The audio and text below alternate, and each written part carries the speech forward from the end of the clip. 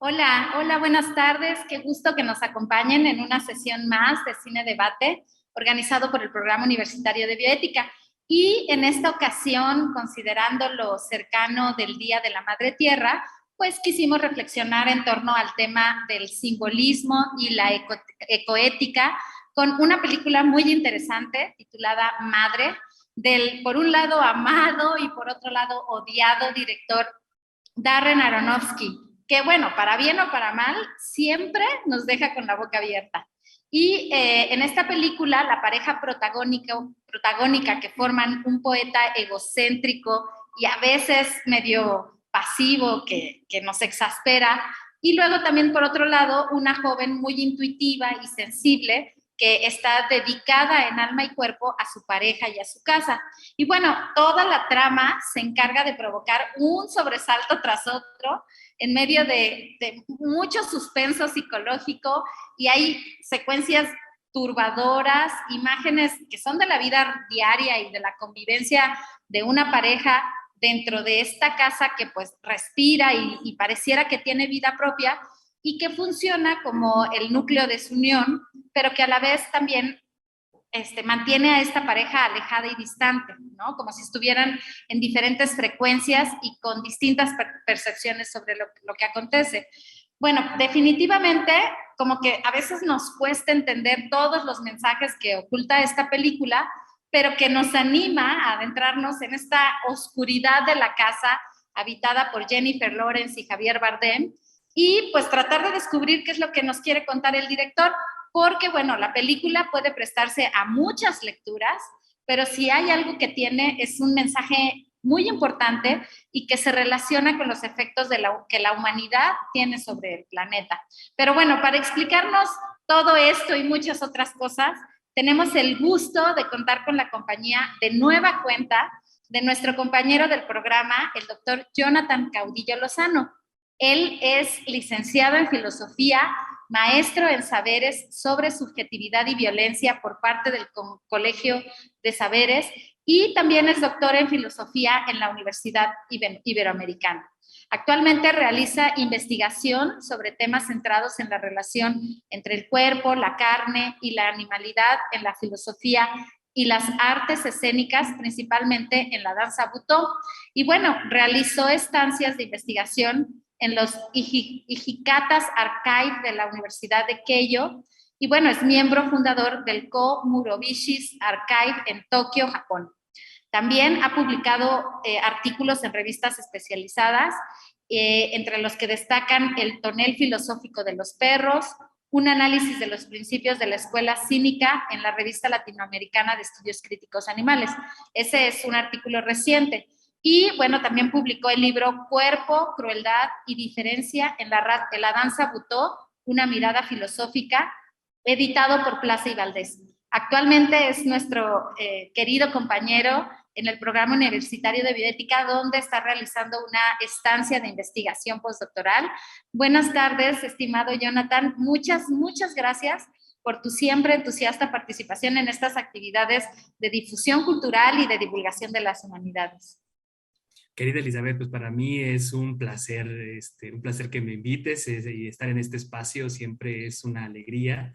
Por supuesto, agradecer al Programa Universitario de Bioética que permite que estas actividades se lleven a cabo, que siempre es muy enriquecedor meternos en este diálogo transdisciplinario, ¿no? Porque además hay algo que creo que el Programa Universitario de Bioética siempre tiene clarísimo y a mí me fascina, que es este diálogo entre los diversos saberes y esta posibilidad de pensar juntos desde muchos lugares y de pronto ahí hay que incluir siempre al arte, ¿no? Digamos, por supuesto que la ciencia, la filosofía, la antropología, la política es importantísimas, pero de pronto el arte nos da que pensar, ¿no? Y esta obra que al final es una gran película, ¿no? Tienes toda la razón, introdujiste muy bien a Aronofsky, puede ser profundamente odiado, puede ser profundamente amado, pero no nos deja indiferentes al menos, ¿no? Ninguna No, peli es verdad. de Sí, Aronofsky nos muchísimas deja ahí. gracias, Jonathan. Y antes de darte ahora sí la palabra para tu comentario, nada más quiero invitar a nuestra audiencia a que conforme te vayan escuchando y vayan surgiendo dudas o comentarios, lo vayan plasmando en el chat del Facebook Live. Bueno, pues muchas gracias. Ahora sí, adelante, Jonathan, tienes la palabra. Pues te agradezco muchísimo, él, y también te agradezco muchísimo, Francisco, detrás de cámaras, que sin él, pues simplemente esto no ocurre. Y bueno, pues a ver, vamos a entrarle a esta película que seguramente voy a ir compartiendo pantalla y vamos conversando, ¿no? Sin duda, a ver, yo quisiera como decirles a todos ustedes que de ninguna manera soy ningún experto en cine ni nada por el estilo, ¿no? No. Lo que quisiera compartirles en esta sesión pues serán algunas reflexiones a las cuales también nos invita la película, ¿no? Algunos pensamientos, algunas intuiciones que nacen al verla y sobre todo también recuperando alguna posible clave de lectura. Porque no sé si les haya ocurrido, a mí yo sé que sí me pasó el día que la fui a ver en el cine cuando la película se estrenó, que de pronto cuando fui a verla, termina la película y de pronto yo decía, bueno, ¿qué acabo de ver, no? ¿Esto qué es, no? Y bueno, yo he de confesarles que hubo un momentito, y se los diré más adelante exactamente en qué momento de la película, que de pronto me hizo desconectarme porque además es muy simbólica, ¿cierto? Y hay unos simbolismos que de pronto caen mucho más directamente que otros. Yo recuerdo que cuando vi una parte de la película, una cierta parte simbólica que abordaremos ahorita en un momentito más, yo de pronto ya me costó mucho trabajo continuar conectando con ella. Ahora que las veces que la he vuelto a ver, y sobre todo esta última, que fue para el cine debate, me pasó totalmente lo contrario, ¿no?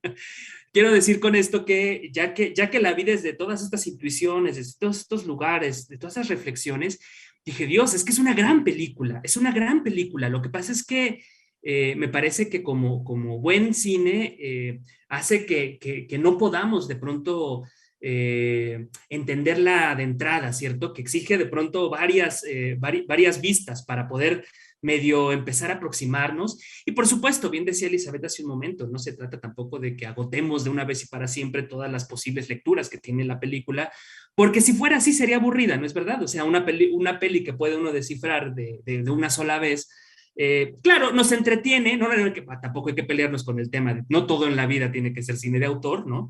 Pero de pronto puede ser, pues, una película que ya no, puede ser hasta repetitiva si se quiere, ¿no? Esta peli no es el caso, de pronto creo que es bastante enigmática y justamente el día de hoy lo que yo quisiera es dar algunas, ¿cómo decirles? Un poco lo que quiero decirles a partir de esta primera impresión que a mí me aconteció cuando la vi en el cine es que tal vez a alguien en la audiencia le pasó exactamente eso, ¿no?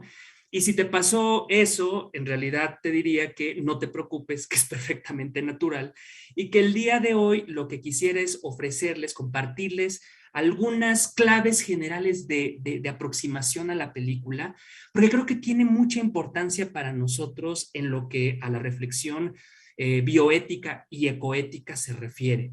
La verdad es que en esta segunda mirada, cuando aproximarse a la película, de pronto me di cuenta que hay una perspectiva crítica que Aronofsky nos comparte a través de las imágenes que vale mucho la pena acercarse a ella digamos, con toda la complejidad que implica, ¿cierto? Y aguanta muchas vistas, porque a mí es una película que me gusta muchísimo. Una primera clave. Está grabada en clave de cine de terror. Eso es un primer elemento que habría que decir, ¿no? ¿Por qué creo que es una primera clave importante? Porque el cine de terror es uno de los géneros que en realidad son bastante despreciados, ¿no? O sea, a mucha gente no le gusta el cine de terror por muchas razones, ¿cierto?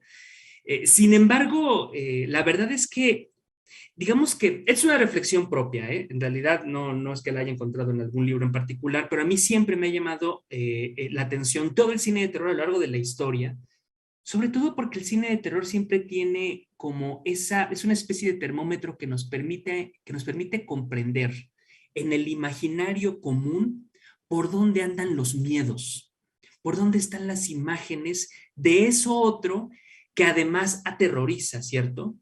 Todas las imágenes, todas las películas de terror tienen en particular la idea de una alteridad que en tanto que es radicalmente otra nos confronta Y dependiendo de lo hábil que sea la película, podemos conectar o no con esa sensación de angustia y de miedo, ¿cierto? Por ejemplo, todo el cine de zombies y el caso de la muerte, ¿no? Que explota toda esta idea de que, toda esta idea de la muerte, todo este miedo fundamental de qué pasaría después, ¿no? O bueno, a mí en particular me gustan mucho las películas de hombres lobo, por ejemplo, ¿no? ¿Por qué? Pues porque me parece que ahí aparece un miedo muy primigenio que tiene que ver con el miedo a lo salvaje, al animal en su estado más indómito, ¿cierto? Y sobre todo al animal, no solamente al animal como algo que está fuera de nosotros, sino como el animal que nos habita, que también somos nosotros, ¿no es verdad? Para más datos, hay una película muy interesante que se llama Voraz, ¿no? Que también está grabada en una clave de terror y la chica empieza a cambiar, pero además se vuelve caníbal en el proceso, ¿no? Entonces, es una cosa bien interesante, está muy bien contada, la película es maravillosa, pero yo de pronto la pongo en esta clave muy de terror y muy del hombre lobo en el sentido como lo animal, porque también nos permite entender esa animalidad que nos habita. Dicho en resumen, el cine de terror, cuando es un buen cine de terror, porque también hay malo, ¿no? Pero todo el cine de terror me parece que nos permite también comprender cómo aparece eso siniestro, eso otro que es la alteridad radical, que en su diferencia siempre nos perturba, ¿no? Entonces, toda la película de Madre en principio está grabada como en una clave muy de terror, ¿cierto? Nos sobresalta de pronto continuamente, están las cosas muy tranquilas y de pronto algo sucede que es profundamente ominoso y siniestro, ¿no? Entonces, el género en este caso nos permite ir acercándonos como una clave, ¿no? Otro elemento importante son dos conceptos. Fíjense que son dos conceptos que en filosofía son muy importantes y que me gusta mucho que están simbolizadísimos en la película, pero que si uno no conoce estos símbolos, no quiero decir que uno no la disfrute, pero puede escapársele la importancia que tienen. Dos conceptos, physis y oikos. Physis, ustedes sabrán que physis es un concepto muy importante para la filosofía clásica, para la filosofía griega antigua. Básicamente con ella inicia toda esta rama de la filosofía que tiene que ver con los filósofos de la naturaleza, mal llamados presocráticos, y digo mal llamados presocráticos porque no son previo a nada, o sea, tienen una importancia autónoma y por sí mismos, ¿no? Y ellos justamente la categoría de naturaleza, la physis, no la entendían en el sentido moderno. ¿Qué quiero decir que no la entendían en el sentido moderno? Digamos que en la modernidad occidental, la manera en la que solemos entender, o bueno, se solía entender la naturaleza, tenía sobre todo el paradigma de la física. De hecho, la propia palabra física viene del griego physis, ¿no es verdad? Y la comprensión en el sentido de la física tenía que ver con una naturaleza primordialmente que es calculable, matematizable. Yo puedo hacer ciertos cálculos y de alguna manera puedo hacer un poco más comprensible para la mente humana esa enormidad que es la naturaleza. Eso por un lado. Pero también la modernidad abrió otro elemento importante que es la división sujeto y objeto, ¿no es cierto? De alguna manera, esta figura del científico que nace en la modernidad inaugura una relación de separación entre el observador, el científico que ve la naturaleza por un lado, pero que el científico siempre se siente separado de ella. ¿No les pasa incluso que todavía hay algo un poco de moderno, tradicional en las licenciaturas, en las maestrías y en las escuelas, ¿no? Siempre les dicen, no te involucres con tu objeto de estudio, ¿no es cierto? Siempre dicen, mantente por ese, pero no, tú no te involucres, o sea, hay que mantener muy claramente las diferencias. Recientemente ya sea eso, digamos, esa división sujeto-objeto se ha puesto muchísimo en cuestión, ¿no? Y se ha pensado en los saberes y el conocimiento desde otros lugares. Pero desafortunadamente está muy arraigado justamente en el imaginario común la idea de que hay una separación entre lo que uno observa y el observador, ¿no es cierto? Pero cuando nos remontamos a la Grecia antigua, a la physis, primordialmente tenemos que entender que se trata de una observación donde el filósofo, estoy hablando de los filósofos, por ejemplo, Heráclito, Empédocles, Tales de Mileto, ¿no? No se sienten fuera de esa physis que están observando, sino que están imbuidos en ella. ¿Por qué creo que este elemento es muy importante? Porque, digamos, me parece que mucha de la reflexión sobre la ecoética, en la bioética también, por supuesto, de alguna manera ha intentado recuperar este elemento fundamental en donde ya no vemos la naturaleza en el sentido de Fisis como algo que esté separado de nosotros, sino como una totalidad en la cual nosotros también estamos inmersos, ¿no es cierto? Entonces, la Fisis en ese sentido tiene por un lado, digamos, el significado de totalidad del universo, la vida en su exuberancia. La fisis viene también de un verbo griego que tiene que ver con la fuente, con lo que crece, con lo que brota, lo que aparece, ¿no? Entonces, de alguna manera, fisis tiene que ver con todo lo naciente, lo brotante del universo, ¿cierto? Que de alguna manera también tiene otro aspecto, que es cuando se habla de la naturaleza de las cosas. Cuando decimos una cosa es tal como es cuando responde a su propia naturaleza. Fíjense qué interesante, porque esto nos da entonces dos acepciones. Una, por un lado, de la naturaleza entendida como el universo, como el ser en su manifestación, en su movimiento, en su exuberancia, pero que en esa exuberancia también tiene que ver con nuestra propia naturaleza. O sea, el ser humano también tiene su fisis, también tiene su fisicidad, en tanto que es parte de la fisis, esa fisis se manifiesta en cada uno de nosotros de cierta manera. Esto me recuerda mucho también a los filósofos helenistas, que por eso decían que un elemento ético importante era saber vivir de acuerdo a la propia naturaleza. Es decir, nuestra naturaleza siempre se encuentra en íntima relación con eso que es la naturaleza fuera de nosotros. No hay una noción en la Grecia antigua de individualidad tan clara como va a ser en Roma y posteriormente en la modernidad.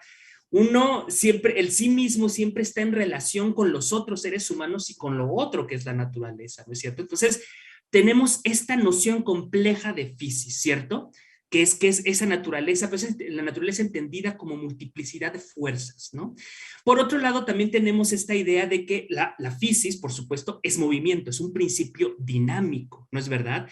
Y no sé si ustedes lo recuerdan, pero la película precisamente acaba donde empieza, ¿cierto? Este es un elemento que nos permite también comprender en la película cómo la fisis tiene un elemento cíclico, que empieza en un lugar, digamos, es el tiempo de la eternidad. Sé que esto suena muy complejo, pero en realidad es bien interesante. Esta idea de que la naturaleza tiene sus ciclos y estos ciclos se repiten sin fin, es de alguna manera la idea de lo eterno, de la fisis como un brotar, como una creación que siempre en sus ciclos se repite y justamente por eso se renueva. No se repite de la misma manera, y esto es muy bonito en la película, maravillosamente ilustrado, porque es una repetición diferencial. ¿Qué quiero decir con esto? Quiero decir, no es la repetición de lo mismo, sino es una repetición diferente. Por eso, la primera madre del inicio de la película no es la misma que la de la película que nosotros vemos y no es la misma del final, aunque las escenas se repiten, ¿cierto? Entonces, esto es una primera clave que nos permite comprender como el concepto de naturaleza que se está jugando en la película. Otro elemento fundamental es otro personaje en la película, la casa, ¿no es cierto? Digamos, el hecho de que ahí esté la casa, y es una casa viva que ahorita les voy a explicar ahí cómo, hay una idea que me surgió que es muy interesante, porque la casa acaba por tener una relación analógica con madre. O sea, hay una relación de copertenencia entre madre y la casa, ¿cierto? El personaje de Jennifer Lawrence y la casa, que por eso ella puede escuchar la casa, sangra con la casa, palpita su corazón igual con la casa, ¿no es cierto? Entonces, la casa como concepto es muy importante y precisamente viene del griego oikos. Oikos, ustedes sabrán que es la raíz etimológica de palabras como economía o ecología, ¿cierto? Fíjense qué interesante. Ecología, el pensamiento, el discurso sobre la casa, la reflexión sobre cuál es la casa, la naturaleza, fíjense, la fisis es la casa. O sea, vean ustedes qué interesante cómo estos símbolos que están ahí que de pronto, por ejemplo, les puse aquí la imagen de cuando ella está construyendo la casa, está reconstruyendo la casa y justamente ella palpa las paredes y escucha el latido del corazón, ¿cierto? Esta relación que nos permite comprender cómo la casa tiene una relación directa con ella y al mismo tiempo es diferente. Y ahorita les voy a contar. Es como un poco esta idea de que la casa es ese lugar que nosotros habitamos, pero también tiene que ver con eso, con esa fuerza. Ahorita lo explico un poquito más adelante, ¿cierto? Y bueno, aquí les puse también justamente que tiene que ver con el oikos, con ese espacio de supervivencia propio de la especie humana, pero es un ámbito de domesticidad, pero es prepolítico. Digamos, es antes de la institución humana. Este oikos, esta casa, nos antecede. Vean ustedes cómo eso se ve en la película. Cuando llegan los dos primeros huéspedes, ellos llegan a una casa que ya existe. ¿Me explico? O sea, es antes de que los seres humanos existan. O sea, por eso la casa al final del día, por eso la película Madre, es una película totalmente antropocéntrica. Antiantropocéntrica, perdón. Es una película antiantropocéntrica. Lo repito otra vez porque me equivoqué y no quiero que se malentienda. Es antiantropocéntrica porque es una historia contada desde el punto de vista de la fisis, no desde el punto de vista de los seres humanos. Los seres humanos llegamos como huéspedes a una casa que ya existe. Por eso dice, es prepolítico esa noción de casa, ¿no? O sea, es antes de la formación y de la socialidad humana, ¿cierto? Y esta definición es una definición de Hannah Arendt sobre el oikos, pero que me parece súper pertinente para pensar la película, que es la fuerza motora, la vida misma, que para su sostenimiento y supervivencia como vida de la especie necesita de la compañía de los otros. Y de lo otro, habría que decir, de los otros en el sentido de los otros seres humanos, pero de lo otro que es la casa, que es la fisis, que es lo sobrehumano justamente, ¿no? En ese sentido, demos una primera clave de lectura. Uno puede dar una primera clave de lectura. Ojo, cuando yo les hable de estas claves de pensamiento para pensar la película, no quiere decir que una ni sea mejor que la otra, ni que se excluyan entre sí. Solo son capas de una cebolla, ¿cierto? Digamos, veámoslo como capas para aproximarnos. Una es una lectura que yo llamaría subjetiva, ¿cierto? Que se refiere específicamente a los personajes en tanto sujetos, en una primer lectura humanos. ¿No? Porque en realidad no son humanos. Eso lo veremos un poco con otra capa, la capa simbólica, pero la capa subjetiva es más alegórica. De alguna manera, uno puede entender justamente la idea del autor, del poeta y de su musa, ¿no es cierto? Que de alguna manera nosotros vemos a una Jennifer Lawrence que está haciendo un papel de absoluta abnegación, ¿cierto? Se suprime a sí misma por el papel de Javier Bardem, ¿no? Del poeta, que además lo explota hasta lo más que puede, ¿cierto? O sea, digamos, ahí hay una cosa que es muy desesperante, que no tendría tanto sentido si nos limitamos a la lectura subjetiva, pero tiene más sentido cuando lo vemos desde el punto de vista simbólico, ¿cierto? ¿Por qué? Porque para el tema es que, digamos, desde el punto de vista subjetivo uno podría decir, bueno, ¿y por qué no simplemente se va de la casa? ¿No? Pero desde el punto de vista simbólico tendríamos que decir, no puede, porque ella es la casa, ¿cierto? Son dos fuerzas que se copertenecen, ¿no?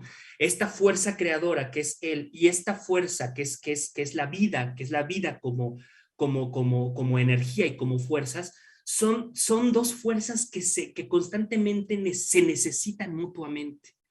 Y un poco de eso habla también la película en otra dimensión, ¿cierto? Claro, eso con su elemento también crítico, ¿no? Por otro lado, tenemos un Javier Bardem, este personaje de él absolutamente soberbio y sobre todo con una profunda necesidad de ser seguido. Esto es muy importante.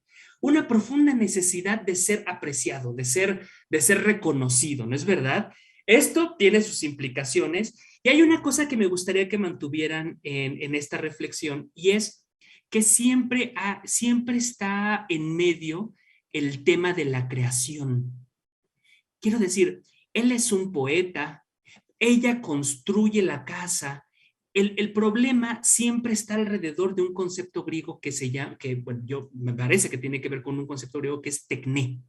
O sea, este concepto griego que es lo que se hace con las manos. Tecné es precisamente la raíz de la palabra técnica o tecnología. Esto es un elemento que va a estar apareciendo constantemente en la película. En el caso de la madre, esta idea de estar constantemente construyendo y reconstruyendo la casa.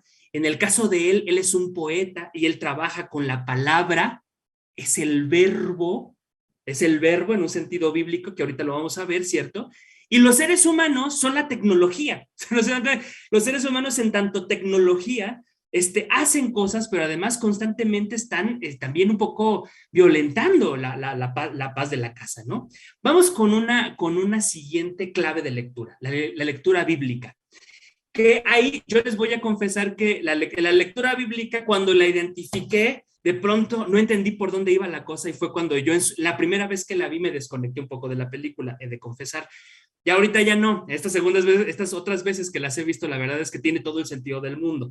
Pero en un primer encuentro, digamos, uno puede ver muy claramente las alusiones bíblicas, ¿no? En principio, el poeta, el personaje de Javier Bardem es Dios, ¿cierto?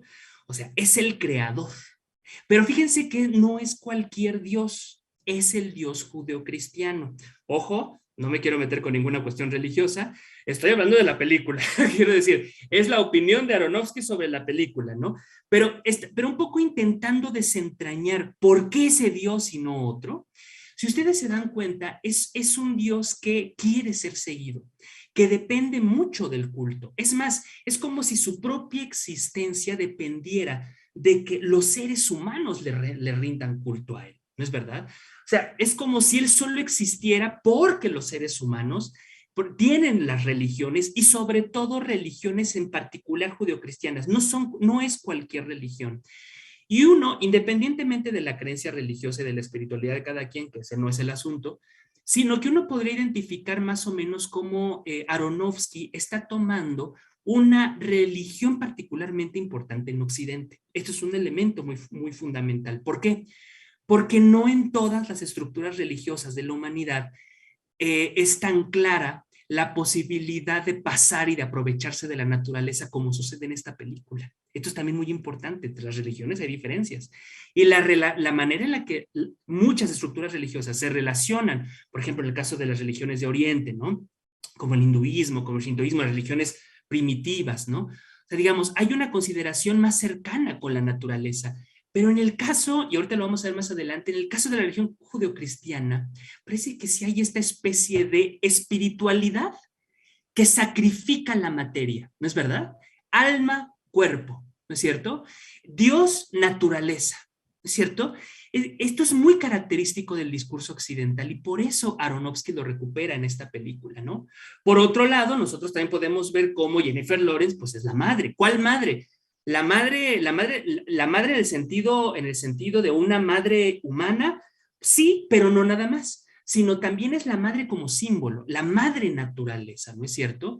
En este sentido, la casa es una especie de alter ego de ella misma, decíamos hace un momento, representa la tierra, son un mismo ser.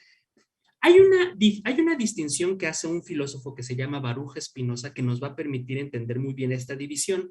Él habla de la natura naturans y él habla de la natura naturata. Las dos son naturaleza, pero la natura naturans es la fuerza, es esa fuerza creadora. La natura naturata es lo creado, es lo que ya está, lo que ya se hizo, lo que ya está hecho, lo que la naturaleza es en tanto algo hecho. Esto es muy interesante, porque si bien es cierto que hay una relación directa entre la madre y la casa, la madre es la natura naturans, o sea, es la fuerza que hace, que crea, que renueva y que construye la natura naturata, que es la casa, ¿cierto? Que son una relación totalmente de copertenencia, no se pueden separar una de la otra. Lo que pasa es que un poco esta idea de Spinoza lo que nos dice es que la naturaleza no solamente es sus procesos calculables, lo que nosotros hacemos para comprenderla a nivel humano, a nivel intelectual, sino también tiene algo de oculto, tiene algo que es una multiplicidad de fuerzas que a veces medio entendemos y a veces no. Y esa es un poco la diferencia, ¿no? Por eso precisamente se ve cuando hay un rastro de sangre en la película, ¿no es cierto? Que atraviesa el suelo, cuando se escucha su corazón, cuando se está fracturando la casa, también le sucede lo mismo al personaje de madre, ¿no? Entonces, aquí podemos ver esta lectura en clave bíblica, si ustedes quieren, y por supuesto, los primeros huéspedes, el papel que hace Michelle Pfeiffer y que hace Ed Harris, pues son Adán y Eva, ¿no? Claramente. Pero fíjense qué interesante, no sé si lo notaron, están viejos. ¿Se dieron cuenta? O sea, Adán y Eva entran en escena, pero no son personajes jovencitos, no son ningunos jovencitos, de hecho son bastante grandes. Incluso, vean la sutileza de Aronofsky aquí, Adán es un viejo enfermo. ¿Por qué será que nos presenta esto? Pues porque son seres humanos, es la finitud. Los seres humanos representamos la finitud, la muerte, ¿cierto?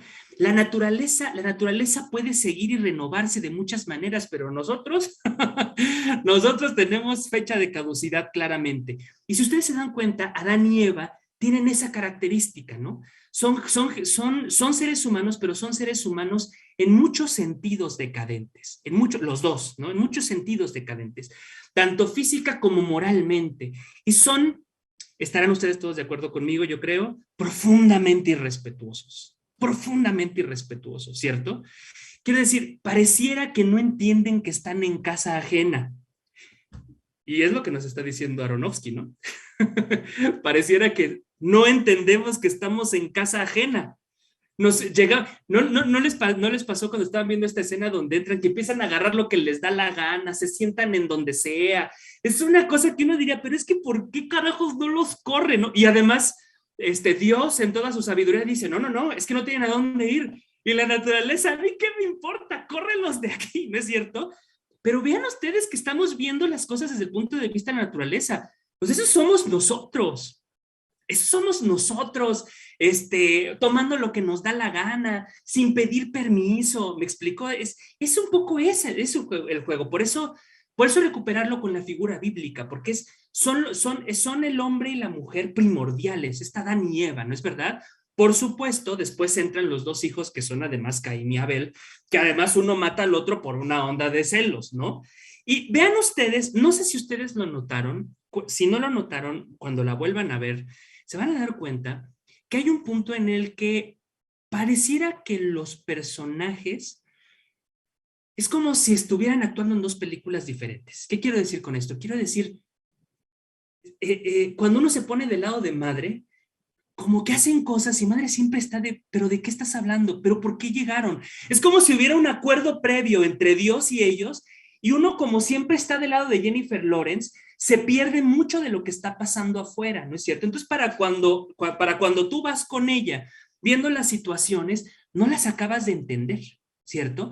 Sobre todo porque además no acabar de entenderlas también implica mucha ambigüedad, y si uno no las ve en cierta clave, de pronto pierde algunos elementos, por ejemplo, cuando los corre del paraíso. ¿Se acuerdan que Dios tiene un estudio? Aquí no hay un fruto prohibido, pero hay una piedra que simboliza justamente el poder regenerativo de la madre anterior, y entonces le da tentación a Michelle Pfeiffer y quiere saber qué es eso y quiere entrar, ¿no? Y la madre la corre, le dice, es que tú no tienes por qué estar aquí, ¿cierto? Y cuando rompen, justamente, ¿no? Cuando rompen la piedra, Javier Bardem hace justamente el relato bíblico, ¿no? Se me largan en este momento todos ustedes, ¿no? Y los corre, pero no los corre de la casa, los corre solamente de esa pequeña habitación, que es la habitación más importante, ¿no es cierto? Y por supuesto, para un poco fundar esta lectura bíblica, bueno, pues aquí podemos ver los versículos, ¿no? Que, insisto, no tiene nada que ver con la cuestión religiosa, pero sí tiene que ver con una cuestión de relato, porque hay que decirlo, Occidente no sería Occidente sin el relato judeocristiano. Esto es verdad, ¿cierto? Y la realidad también habría que reconocer cómo cierta lectura de la religión judeocristiana también ha privilegiado al ser humano en el centro. Digamos, y esto lo tenemos desde el Génesis. E hizo Dios a los animales de la tierra según su género, y ganado según su género, y todo animal que anda arrastrado sobre la tierra según su especie, y vio Dios que era bueno. Y dijo Dios, hagamos al hombre a nuestra imagen, conforme a nuestra semejanza, y señoré.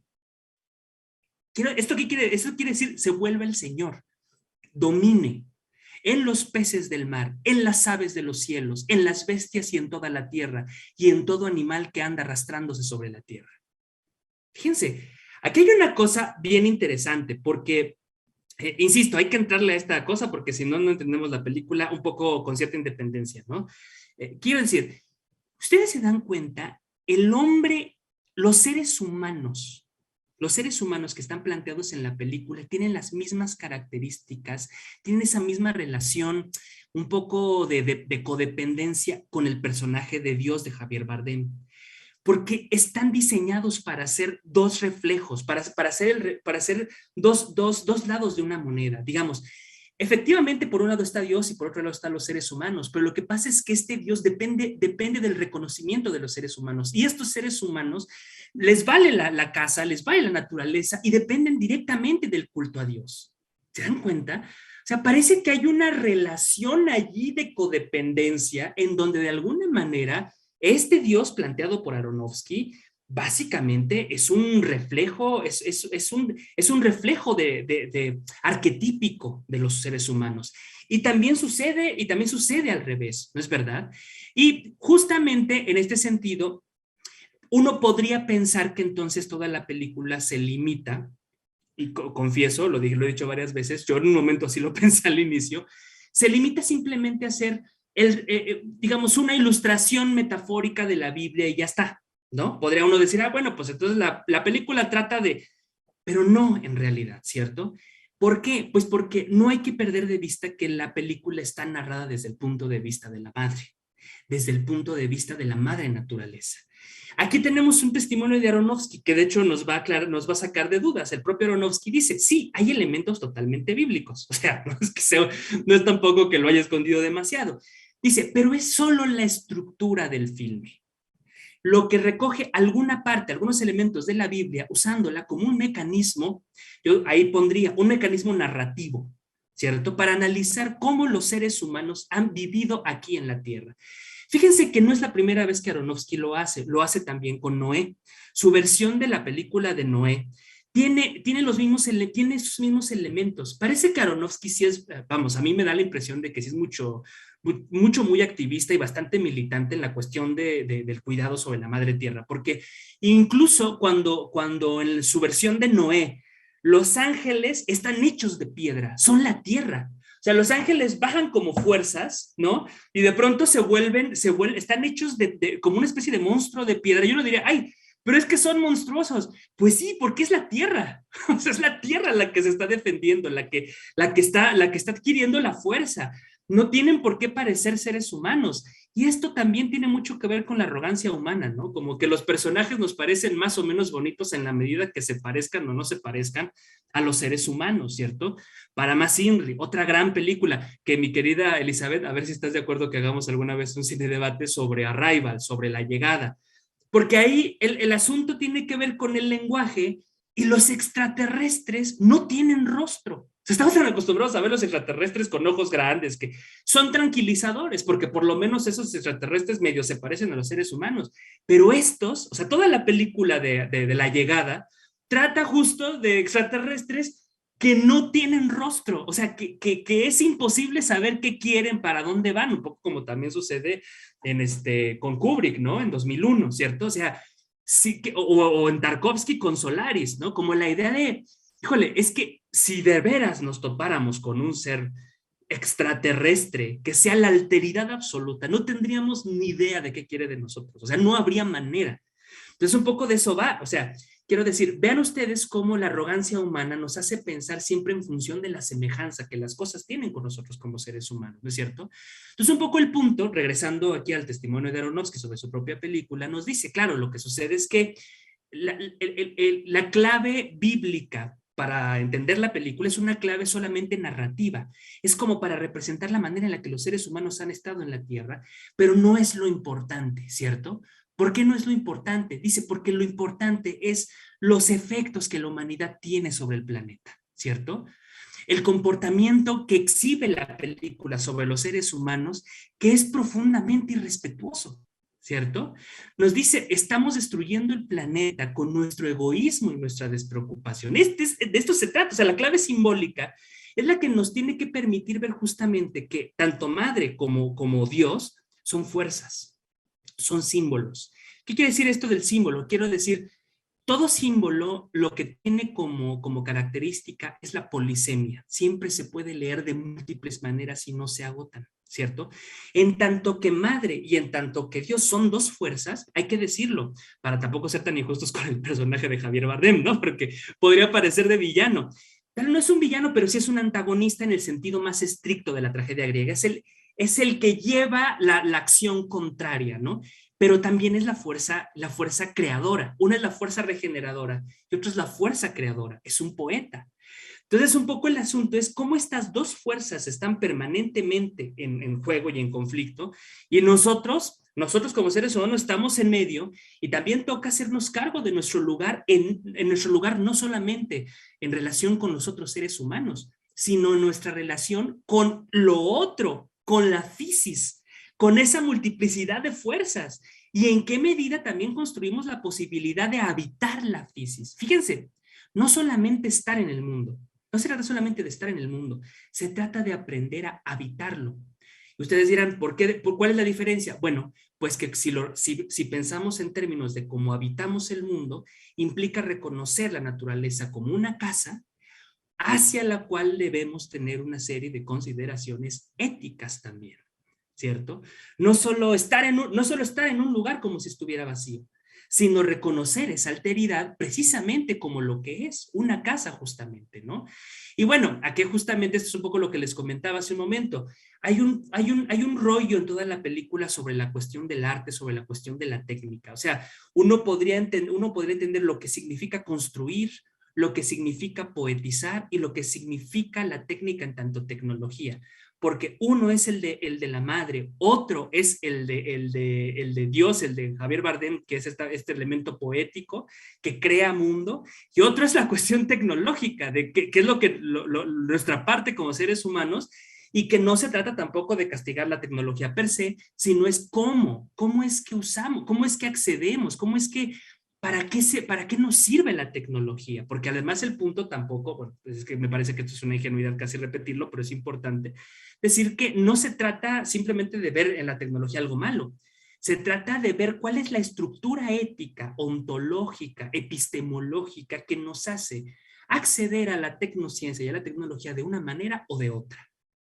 No, el problema no está en el automóvil que atropella a alguien, el problema es quién está dentro y lo está conduciendo, ¿no es cierto? Bueno, pues es un poco por ahí por donde van los tiros, ¿no?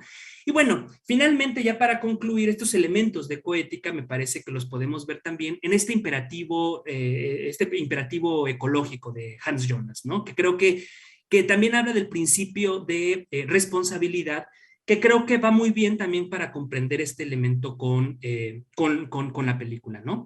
Digamos, dice, el ser humano pasó de tener una responsabilidad de la naturaleza, ya que la tecnociencia le había concedido el poner la naturaleza a su servicio, hecho que causaría alteraciones perdón, ahí me equivoqué, ¿no? Pero bueno, hechos que causarían muchas alteraciones que quizás pueden ser impredecibles para los seres humanos. ¿Esto qué quiere decir? Para rápido. En el texto de El principio de la responsabilidad, Hans Jonas dice que nuestra reflexión ética debe cambiar, sobre todo porque en la antigüedad las consecuencias de nuestras acciones estaban o se podían sentir en un círculo relativamente inmediato. Si tú te equivocabas, si te dejabas llevar por las pasiones, si te dejabas llevar por la ira, por la tristeza, los efectos que tenían tus acciones se podían sentir en los otros seres humanos, pero no necesariamente en el mundo. No necesariamente alterabas la fisis. O sea, ese es un elemento que en las reflexiones éticas de la modernidad y para atrás no existía, pero que para Hans Jonas es muy importante que recuperemos actualmente. ¿Por qué? Porque ahora los efectos de nuestras acciones ya no solamente se circunscriben a los seres humanos, a la comunidad humana, sino que tienen profundas repercusiones con la totalidad de lo viviente, ¿cierto? O sea, nuestra reflexión ética necesariamente debe dar el brinco a la bioética y a la ecoética en el entendido de que nuestra eticidad, nuestra manera de comportarnos, ya no se circunscribe únicamente a la relación con lo humano, sino que tiene efectos, lo queramos o no, las prácticas más sutiles del mundo, ¿no? Desde el uso del plástico, o sea, ni siquiera es que nosotros tengamos una fábrica de nada y digamos, tengo yo aquí animales y entonces por... No, no, no, incluso las acciones más cotidianas y más pequeñas de nosotros todos los días tienen repercusiones más allá de la esfera humana. Y el principio de responsabilidad para Hans Jonas precisamente lo que implica es que, nos dice aquí en el imperativo ecológico, obra de tal modo que los efectos de tu acción sean compatibles con la permanencia de la vida humana auténtica en la tierra. O sea, ya no podemos ignorar la casa, en resumen. Ya no podemos vivir, ya no se nos puede olvidar que vivimos en casa ajena. Ese es el punto, ¿cierto? Al final del día, esta profunda sensación de incomodidad que me imagino que habrán compartido conmigo cuando estaba haciendo la película, de ver a alguien que se mete a tu casa y hace lo que le da la gana, y de pronto entender que están hablando de nosotros, de alguna manera a partir de esa sensación nos tiene que llevar a una profunda reflexión sobre nuestras prácticas y sobre la manera en la que nos posicionamos ante la naturaleza, que no es una totalidad abstracta, sino que es precisamente ese universo, ese ser viviente del cual nosotros somos parte, ¿cierto? Y que por ahí precisamente va la cuestión de la película. Pues yo cerraría por ese lado. Les agradezco muchísimo su paciencia y bueno, pues ahí estoy pendiente con las preguntas. Gracias. Ay, qué padre, Jonathan. Muchísimas gracias. Excelente. Ya varias y varios de nuestros asistentes han entendido y han pues comprendido cómo tiene un montón de simbolismo y depende de la percepción de cada quien. Incluso dicen que es interesante porque según como tú lo entiendes, también te conoces, ¿no? Y saben, pues, como de qué va su reflexión. Pero hay interesantes preguntas. Rosario Candelero dice, creo que un buen símbolo es recordar que pase lo que pase, sin importar cuán lejos lleguen los humanos a destruir la tierra, esta siempre continuará y se regenerará, pues la casa es ella y no nosotros, ¿no? Y claro, con respecto a esto que dijiste de Hans Jonas, Cari dice, hay una parte en el último tercio de la película, y bueno, de Hans Jonas y de la tecnología, ¿no? Porque hay una escena en donde hay gente que está extrayendo, ¿no? Destruyendo y llevándose cosas de la tierra, pero hay otras que están pintando las paredes.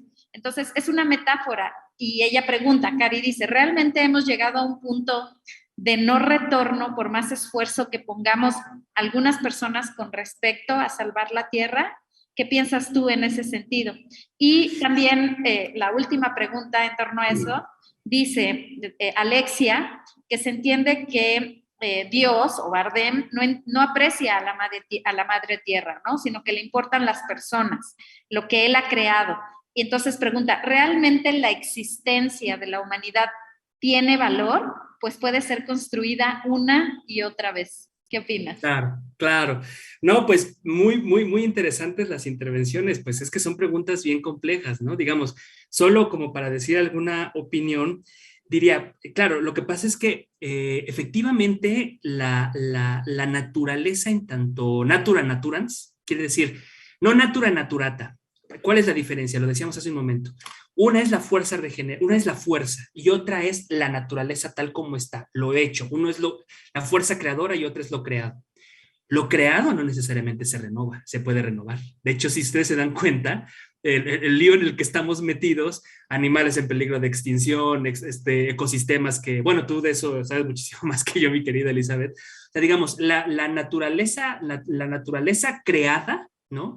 Esa no necesariamente se renueva. Se puede renovar la fuerza, o sea, la fuerza vital, pero lo que pasa es que la renovación de esa fuerza vital no necesariamente nos incluye.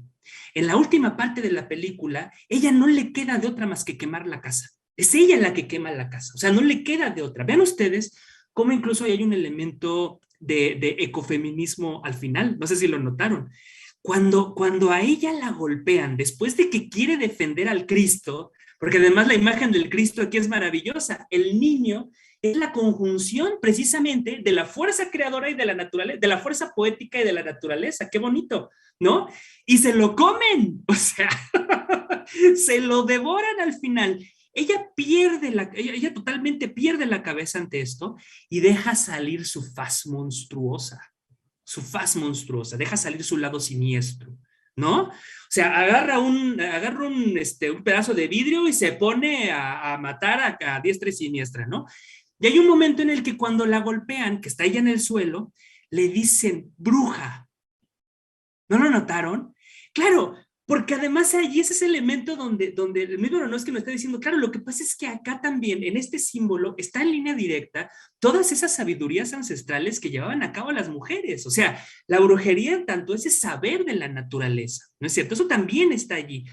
Al final, cuando ella ve que no va a poder con ellos, ella hace una especie de grito, se fractura toda la casa y quema todo. Claro, lo que pasa es que ahí nos está diciendo, sí, es como si Aronofsky nos dijera, de acuerdo, sí, la fuerza en tanto vida, para citar a Jurassic Park, la vida siempre encuentra el camino, ¿no? De acuerdo. Sin embargo, no necesariamente estamos incluidos nosotros en ese proceso. ¿No es verdad? Y un poco la película eso nos dice, aguas, o sea, sí, puede ser que la naturaleza en tanto vida, en tanto fuerza, siempre se esté renovando y sea cíclica, pero no se renueva igual. Y en ese sentido, nosotros podemos salir volando. No sé si notaron otro detalle, que es otro elemento que nos dice Aronofsky en la película, el diluvio. O sea, ¿notaron que hay un diluvio? Hay un momento en el que hay dos seres, dos adultos que están comportándose como niños y están en el lavabo, ¿no? Y les dice desde el inicio, no se sienten allí porque esa cosa se va. Es como un niño chiquito, ¿no? No se sienten allí porque eso no está bien fijo en la pared. ¡Ay, ay, ay! Y otra vez, no sé, pero es que se les va, se va a romper. O sea, ya ahí como mamá, ¿no? Se rompe todo, se desata todo y es el diluvio universal y ya no hay seres humanos. ¿Se dieron cuenta? O sea, digamos, un poco el punto con eso es decir, claro, o sea, estas constantes, ¿qué sería la pandemia en este sentido? ¿No sería ese lado siniestro de la naturaleza? Claro, porque, miren, yo tengo una sensación. A nosotros nos encantan las historias de conspiraciones. Nos encanta que nos digan, lo que pasa es que hay un gobierno que está desatando el virus. Sí, y nos libra de responsabilidad, porque es una narrativa de buenos y malos. Y nosotros siempre somos los buenos, ¿no? Entonces, allí no hay bronca.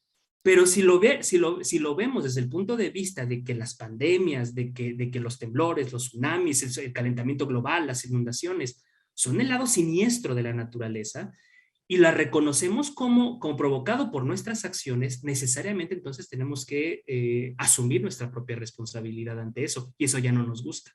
Porque entonces los que estamos provocando todo este relajo, pues somos nosotros.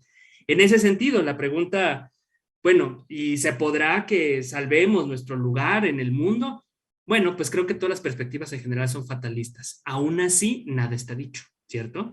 Y en ese sentido, pues sí, creo que hay una cierta confianza pues en que podamos renovar nuestra manera en la que nos relacionamos con todo, con lo viviente, pues porque creo que podemos vivir de mejor manera, ¿no? No solo nosotros con nosotros mismos, seres humanos, sino en relación a lo otro.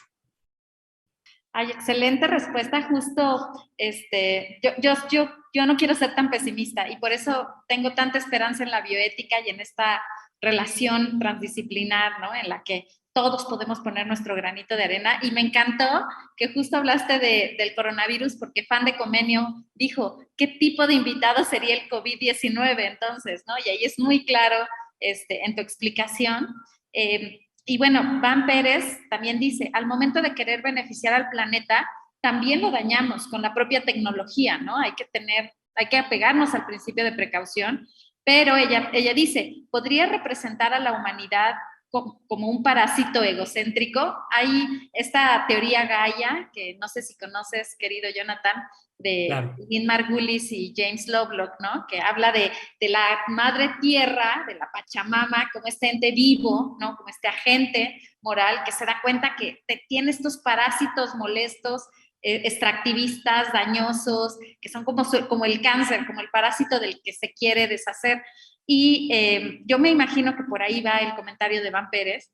Y Yasmín Miranda dice, hasta el acto de que algunas personas nos preocupemos hoy en día por la tierra puede estar representado con el egoísmo, porque en el fondo solo nos queremos salvar a nosotros, a nosotras, a nosotros mismos, Pues ¿no? fíjate que leí un análisis donde decía una cosa sobre eso, de que yo no lo había visto así, pero es una lectura posible. Es que tantas acciones en la película son simbólicas que de pronto se te pierden todas, ¿no?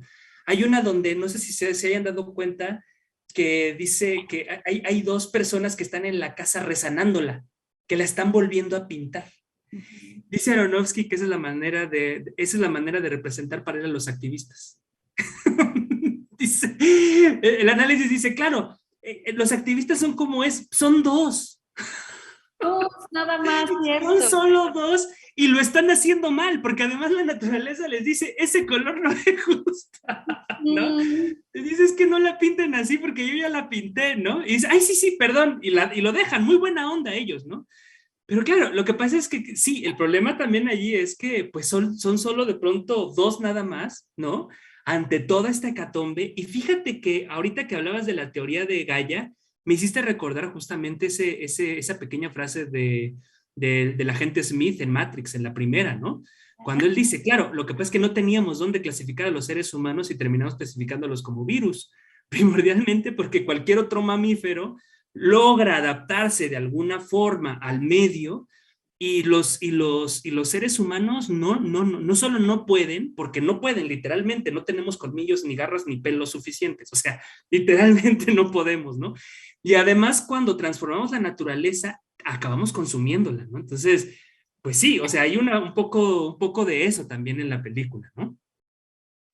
Ay, excelente comentario, Jonathan. La verdad es que hay muchas reflexiones en torno al simbolismo con respecto al relato bíblico, ¿no? Al significado del Cristo, ¿no? Del bebé que se comen y que también hace referencia como a que nos comemos al Cristo en los domingos, en la Eucaristía, ¿no?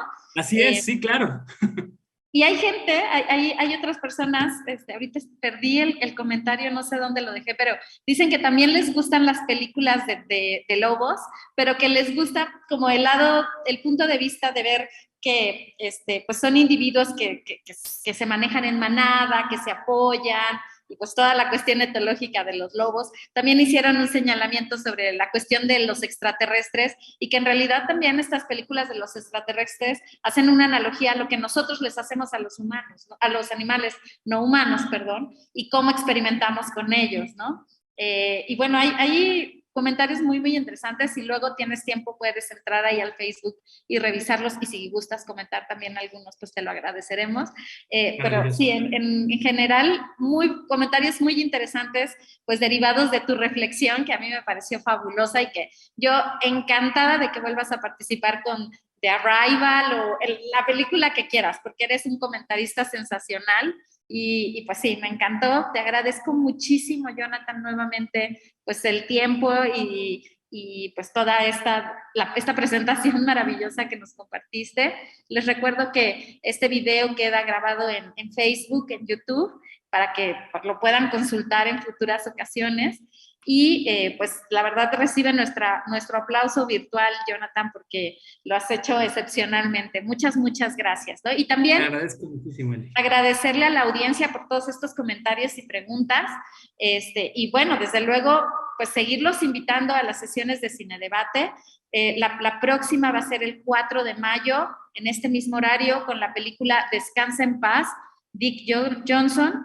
Y vamos a contar con el comentario de la maestra Fabiola Barrón, que va a tratar el tema decisiones informadas en pacientes con demencia, entre signos de interrogación, o sea, es una cuestión, ¿no? Y bueno, ustedes pueden ver la película en Netflix previo al debate. También les quiero invitar a que revisen nuestras redes sociales, YouTube, Facebook, Twitter, las cápsulas de bioética para niñas y niños.